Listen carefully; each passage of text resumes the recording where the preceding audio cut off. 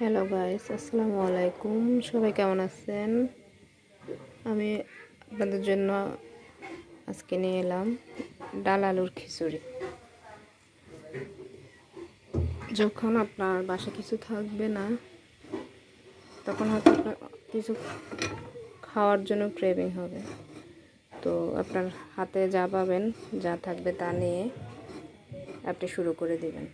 যেমন এখন আমার অনেক ইচ্ছে করতেছে খিচুড়ি খাওয়ার জন্য, তো তেমন কিছুই পাই নাই। তারপরও যা আছে তা দিয়ে শুরু করতেছি।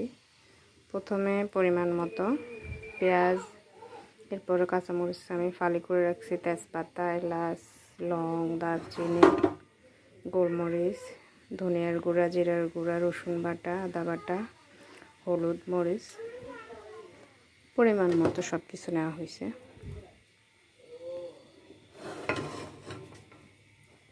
তেলটা যখন একটু গরম হয়ে আসবে তখন আমি সব কিছু দিয়ে দেব।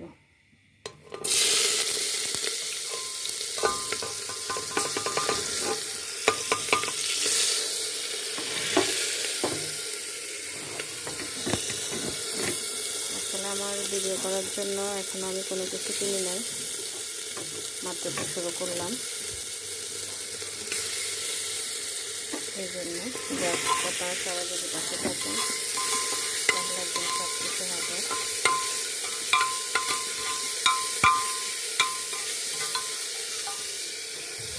ভালো করে এটাকে একদম নেড়ে ছেড়ে নেবেন।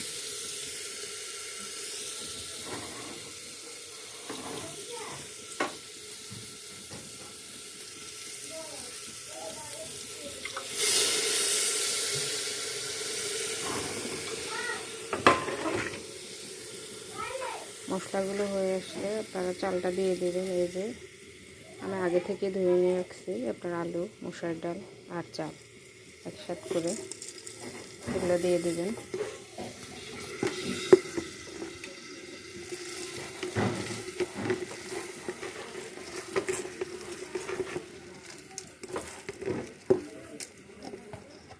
আর আপনারা সবসময় চেষ্টা করবেন চালটা একদম কড়ানোর জন্য, কারণ আপনার এই চালটা যত বেশি কড়াবেন তত বেশি স্বাদ আসবে। তেলের উপর ভাজবেন। আর অবশ্যই আপনারা চেষ্টা করবেন গরম পানি দেওয়ার জন্য চালের পরিমাণ অনুযায়ী। আপনি যদি 1 পট চাল রান্না করেন তাহলে আপনি 2 গ্লাস পানি দেবেন বা আধা লিটার পানি দেবেন, তাহলে আপনার জিনিসটা খুব ঝরঝরা হবে।